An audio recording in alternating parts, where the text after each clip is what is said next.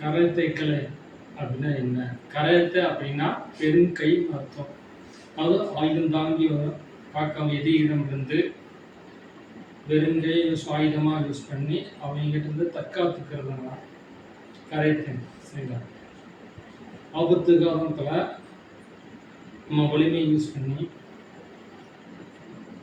பிரச்சனை வந்து நம்ம விடுபடுறது எப்படி அப்படிங்கிறத தன்னம்பிக்கையும் ஆற்றலையும் கொடுக்குங்கிற கருத்து. ஓகேங்களா? இந்த கரையத்தினால என்ன பலன்னு கேட்டால் மன உறுதி,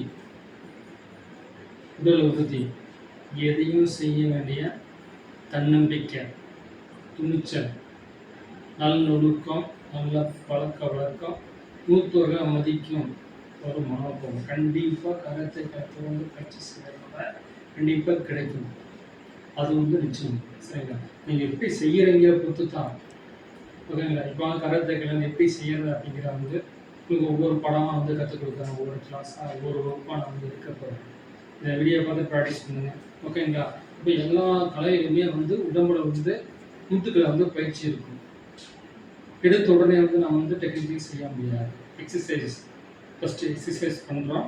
உடலை வந்து மூட்டுகளை வந்து தளர்ச்சி வந்து ஃப்ரீ பண்ணிவிட்டு அதுக்கப்புறம் வந்து டெக்னிக் செய்கிற போது மூட்டு வலி, தசை வலி அதிகமாக வந்து வராது.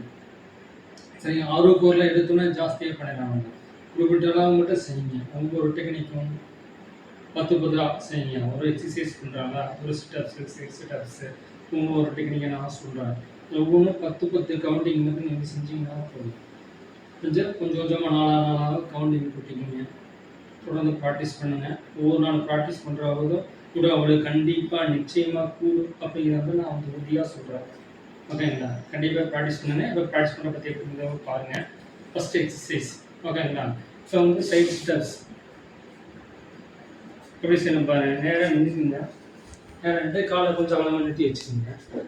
நிறுத்தி வச்சுக்கிட்டு இன்னும் கொஞ்சம் குமிஞ்சிட்டு உட்காரும் போது குதிங்களை வந்து மேலே தூக்கிக்கணும். சரிங்களா? இந்த மாதிரி உள்ள வந்துடும். மேலே வந்துருக்கணும். விரலை மட்டும் உட்காரணும். எழுந்திரிக்கிற போது நல்லா ஊனி எழுந்திரிக்கணும். ஓகே, இது வந்து ஒரு கவுண்டிங். ஓகே, இப்போ எப்படி செய்யணும் பாருங்கள். அது போல் இங்கே செய்யணும். ஓகேங்களா?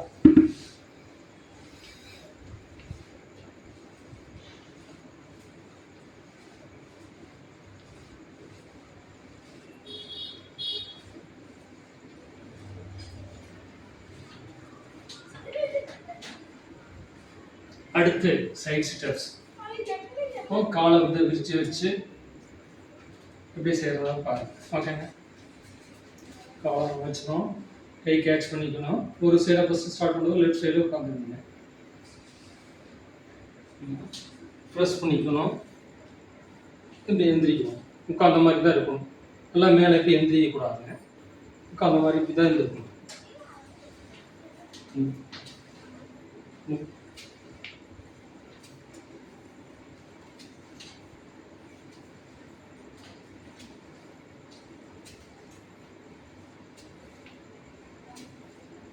அடுத்து next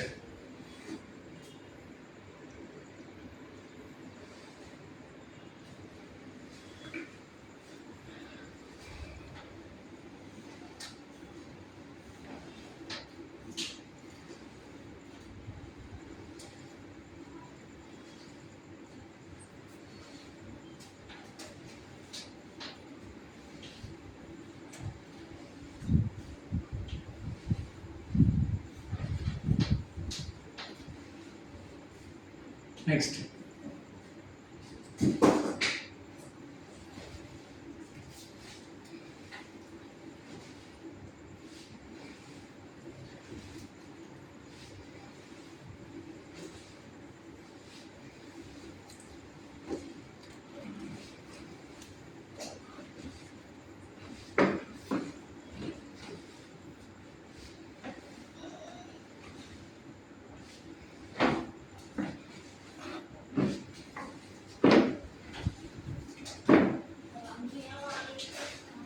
are the keep movements.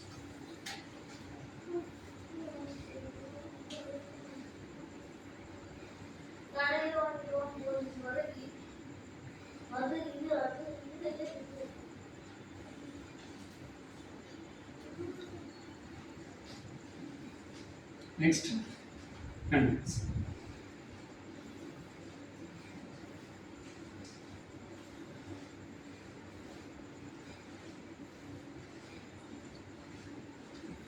Change. கை மாற்றிக்கணும்.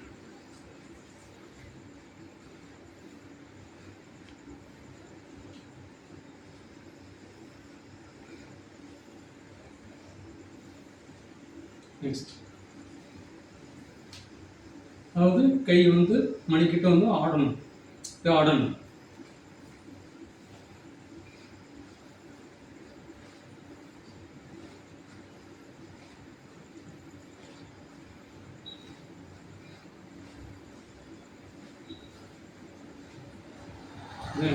ரொட்டேஷன்.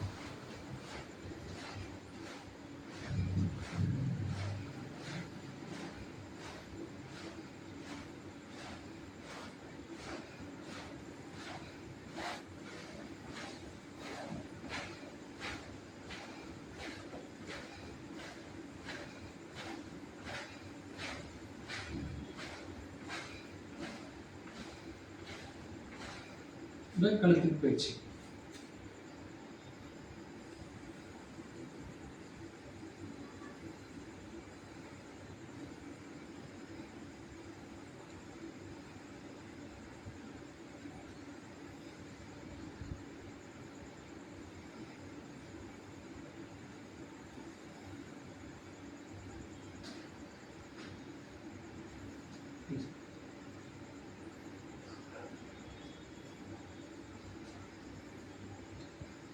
Next.